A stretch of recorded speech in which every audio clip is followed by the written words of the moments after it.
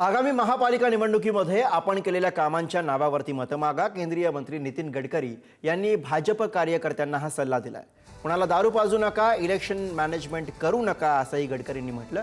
5,000 लोकांनी तिकीट मागितलं पण काम करणार त्याला तिकीट मिळणार असल्याचं गडकरी म्हणाले. भजन मंडळींना तबला पेट्या दिल्या. मी नेहमी सांगतो या स्टेजवर बसलेल्यांनी माझा ऐका, हे फुकटाची प्यायची धंदे करू नका, कोणाला पाजू नका. निवडणुकीत इलेक्शन मॅनेजमेंट पाहिजे, लफडं नाही पाहिजे, लोकांना काम पाहिजे.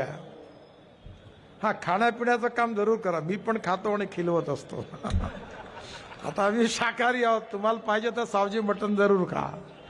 पण 5,000 लोकांनी तिकीटं मागितलेली आहे.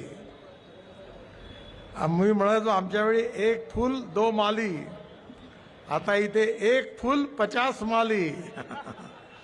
आता एक सुंदरी आहे आणि 50 जण म्हणते माझ्या जमवा.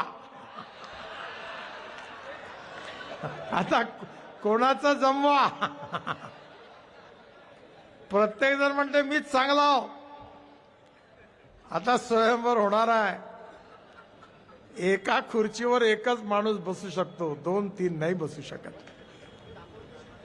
पण आम्ही हा प्रयत्न करू की जो कार्यकर्त्याला जनतेचं समर्थन आहे त्याचा निवड करताना विचार करू.